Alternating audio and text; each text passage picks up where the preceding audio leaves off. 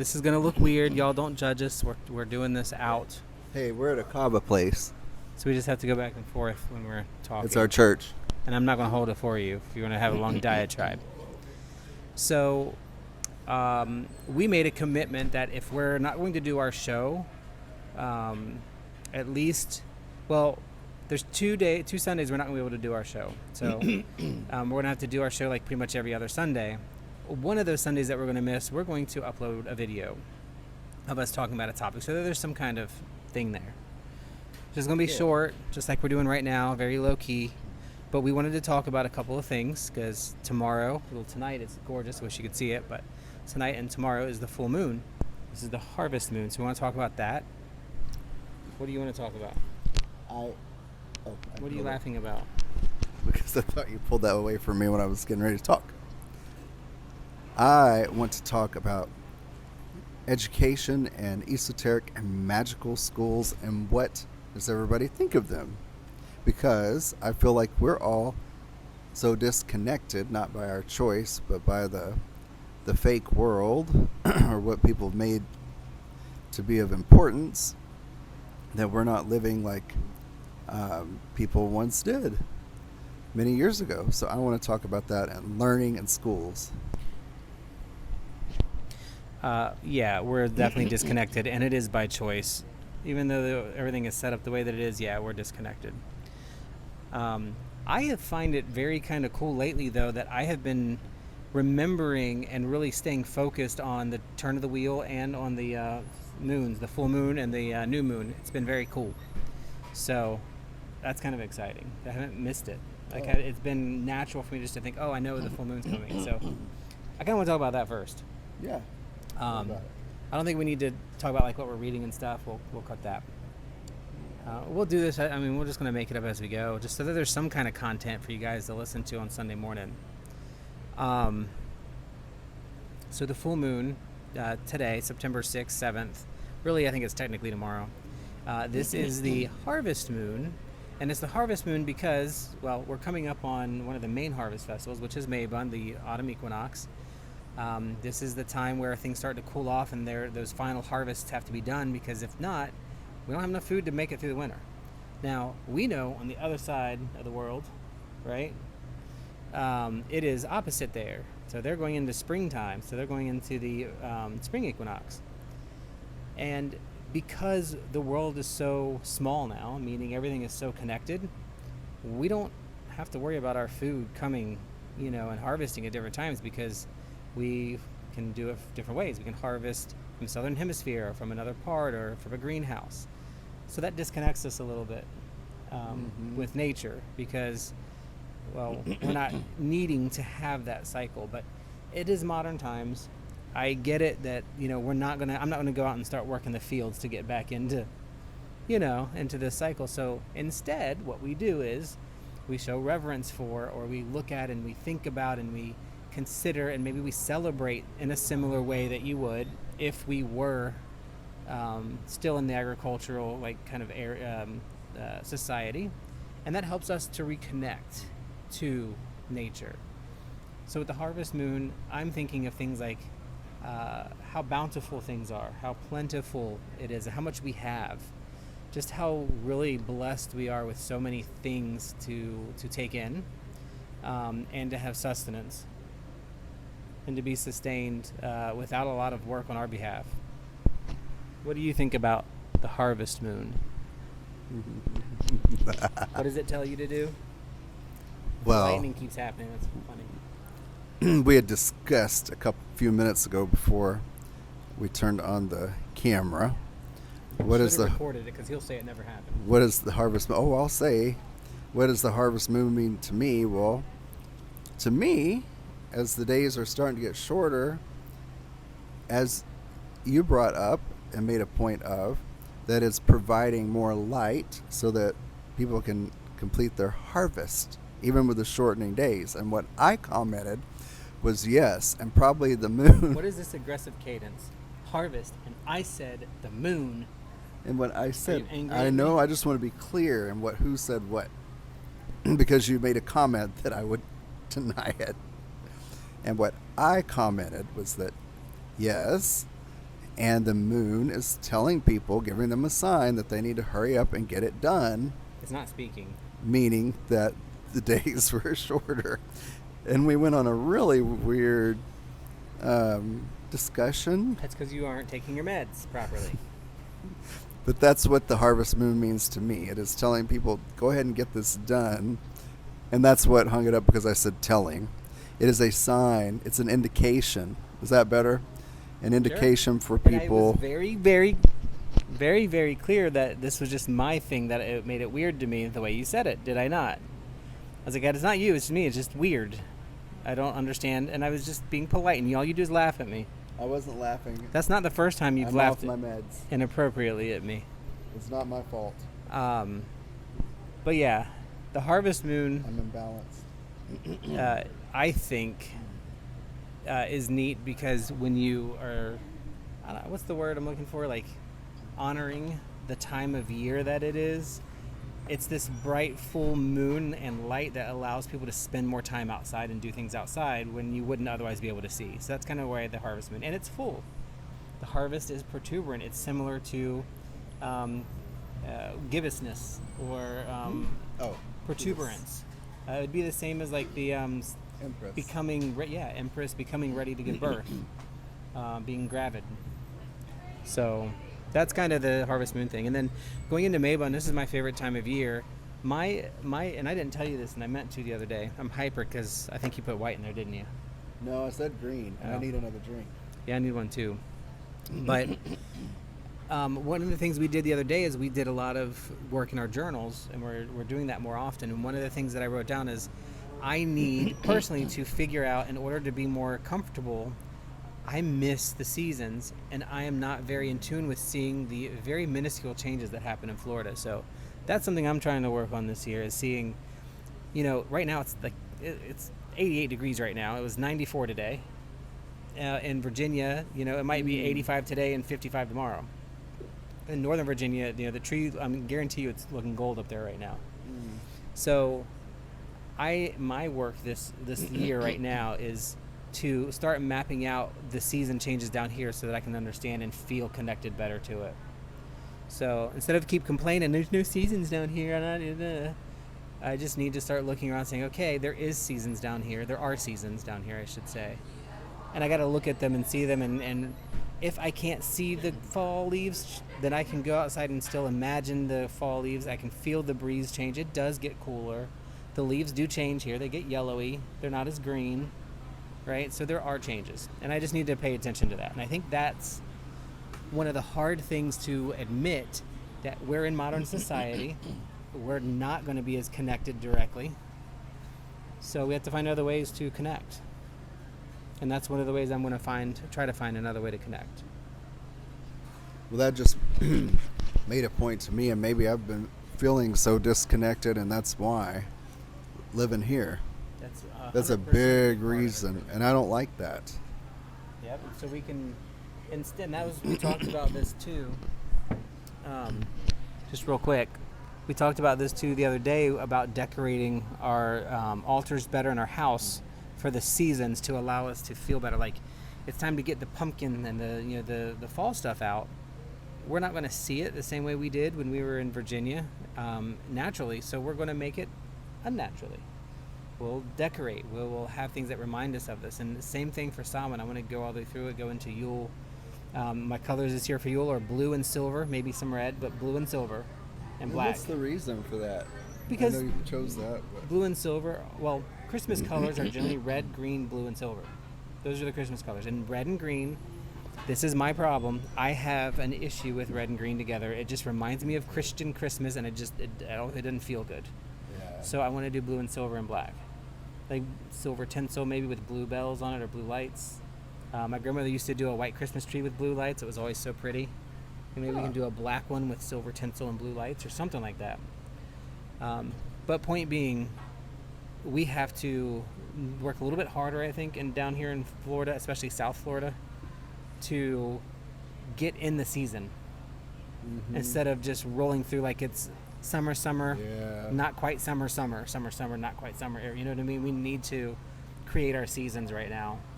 Yeah. And that's going to be it for me. So So anything else on that topic? I'll leave it at you, and then we'll switch to yours. I think I might like to choose my colors, copper and purple, for Christmas. Copper and purple. So silver and blue are traditional. So what does copper and purple come from? Well, copper for the actually, I think, is earth. common. Oh, it is. I like copper. I think I've seen tinsel in like that brassy copper color. And then, to me, that's for earth, and then the purple, to me, is like for the spirit. I mean, why not? Not meaning like the spirit of Santa Claus or anybody else, but Well, I know you just made those two colors up to be funny, but hey, let's do it. I didn't. That's what I really believe came you to for my a mind. split second. I wanted. You can have your blue and silver. I wanted copper and purple, At all? Okay. and it just came to me, and it may be in my own mind. But I really would like to start looking at that. What you said, and that makes sense why I don't feel connected here. Yeah, Is it's a the- big thing, and when I was writing my journal, it really came through. Spring and fall were big ones for me. Never winter, never summer, but spring and fall, especially in Virginia. They were the most noticeable changes to me. Beautiful season. Spring and fall. And then about our writing, I like how we're writing because when we're writing in our journals, And we're using the glass pens. we're using the glass magic pens pen. with the ink, the magical pens. And I don't know if you are, but for me, I'm writing about everything about my day. I'm not writing just magical or spiritual stuff. I'm putting mundane stuff in. I was mad at whatever. Or this happened at work. I'm just like writing everything in there. I'm probably being a little bit less because my hand hurts quickly when writing Yeah, it versus does. typing. So I'm probably being a little bit more spiritual focused, but there's some other stuff in there. Well, I'm enjoying it. Good. It's a good practice. And we're doing it more frequently. Not every day, but probably every couple days. 2 or 3 days we do. All right. Yeah. All right, magical schools. Let's talk about them. Yes, my topic was I wanted to talk about magical and esoteric schools and what is the thought on that, because again, when we were discussing the harvest and moons, not just the ancestors but people thousands of years ago were just, they lived the connection every day, and we don't have that. So I think some self-learning or school, if you choose that, is needed for us to become connected. And there's a lot of schools out there. I mean, I think they're good if you find one that resonates with you, and if it's a path or not religion, but a path that you're interested in. I think it's good if it helps you to feel connected, and I think they're probably needed for that reason. And you can also teach yourself. What do you think? So we've done quite a few of the schools. I'm very split on them, on the idea with them. I love the idea of academia. I love the idea of learning things. I don't like the idea of somebody trying to press dogma or press a specific thing that it has to be a certain way. And a lot of the esoteric schools or schools that are designed to try to get you on their path. Or to become a high priestess with that coven or any of that kind of stuff, which to me is just weird. There's a couple we've been to, and I've learned a lot from them, but I can't say that any one of them have rang true to me. The only thing that's rang true to me is to go out and actually experience it. So in my head, I like schools like Thomas Francis University because they have specific classes on things that get you thinking about things. They don't tell you that this has to be this way, right? It's like it says, I'm not going to tell you what to think. I want to show you how to think and how to figure things out. So really enjoy those. Like, you learn about paranormal research. You learn about quantum energy. You learn about metaphysics and philosophy and theosophy and all that kind of stuff, mediumship. You can learn about those things. And I really like that. Like, to me, that's one of the best ones. Then you get into things like College of the Sacred Mist, which is very Wiccan. I think it's a very good group. At least it was when we were a part of it.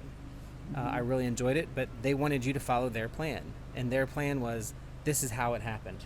Feth Fiata, same I thing. know, worst one that Xavier missed. I was going to say Bethiata. Feth Fiata, he's had experience with him. That was the other one that's like, Worst. it has to be this way. And that's when I start getting like, no. I think different ones like Grey School of Wizardry, we looked in a lot. I like that one. Again, they're teaching you kind of how to think about things. The Temple of Witchcraft, I think, is very similar to that. Now, I think they do a little bit more like their way, but they teach it in a way that makes you or helps you figure it out. Not you have to do this ABC. I could be wrong about that. I don't know a lot about them. I do know and have talked to people who have been through their programs and stuff, and they find it very, very beneficial and not dogmatic. So I like that. That's my big thing. I'm not a big fan of the schools that tell you how you have to think or what you have to think. So I like them to teach you, here's philosophy, and here's some things you can think about. Here's theosophy. Here's how you can look at something in a different way. So, yeah. I mean, Thomas Francis, I think I'm going to end up taking every class they offer at some point. Yeah, I had a good experience with that one. Yeah. And how to assertively interact with people and to shut them down if they're being inappropriate to you or if you just don't agree with them.